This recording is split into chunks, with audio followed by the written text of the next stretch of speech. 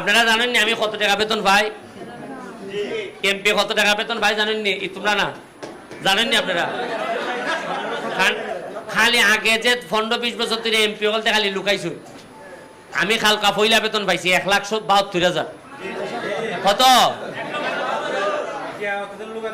এটা অতদিন মানুষে খেলে লুকাইছে বেতন পাইছি, এটা হয় না খেলে। এরপরে আপনারা জানেন নি আমি 2.5 মাসে কত বরাদ্দ পাইছি আপনারা দিবার লাগি? 29 কোটি টাকা। কত পাইছি? এর মধ্যে 25 কোটি খালি রাস্তাঘাট বানাইতাম। আচ্ছা, আগে যে এমপি মন্ত্রী আছে এরা কইল না খেলে, খালি লুকায় করে। এখন আর লুকাইবার সুযোগ নাই।